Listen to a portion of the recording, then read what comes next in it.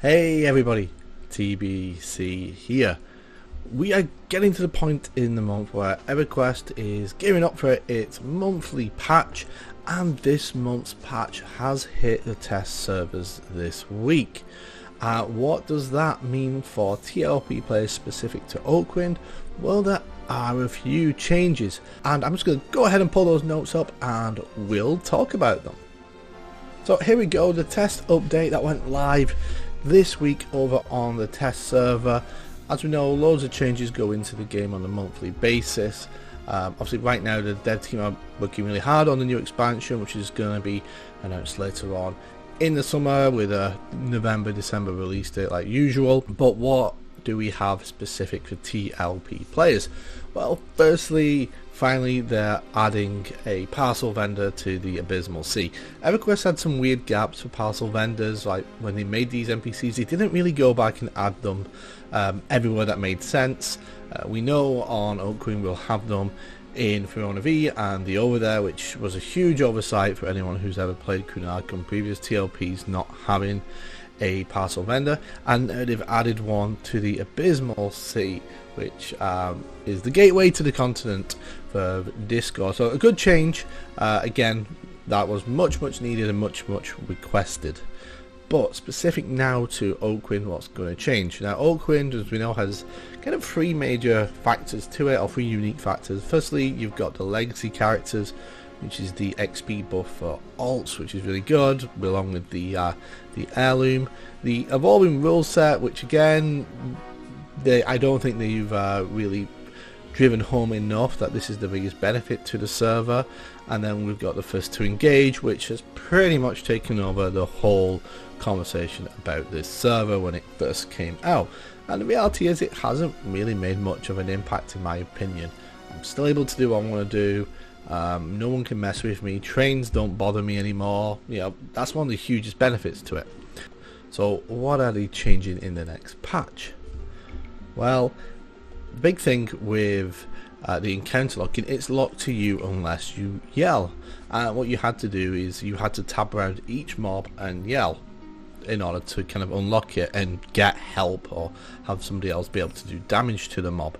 Well, not anymore. After this patch goes live, you'll just have to do it once, and every mob that's got hate towards you will unlock. So if it's in your extended target window and you yell just on one mob, the whole lot will unlock. Which to me makes sense. It doesn't really make sense to have to tab around and yell at every single one. Hey, if you need help, you need help. That's why you're yelling. But this does kind of make it a free-for-all again for the power leveling that goes on every single TLP.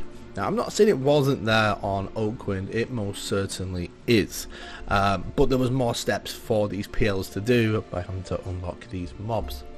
And if you go into Sol A, Guk, especially the Hall on any given night, you are going to encounter these power levelers that they're always in the chat channel spamming, and they always have been since the TLPs have been around.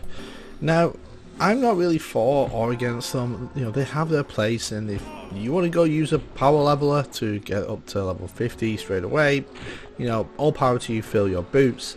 I've done it before, and the mileage with power levers really does vary. So as ever, buyer beware. Like, if you're paying Chrono for a power leveling service, you want to make sure that it's someone who's been doing it for a long time, and they're not just going to flake out and take your Chrono, because if they do, then, well, too bad, you've lost your Chrono. But now all they'll need to do is hit yell, all the mobs unlock, and they're going to basically be back to how it is being on any other TLP, just from the simple press of one button. So obviously some people are unhappy by this because they felt that the FTE, and you know, we speculated before the server launch that the FTE was brought in as a way to kind of curb this behavior, this rampant zone disruption, and you know, with this change it clearly looks like that isn't going to be the case at all.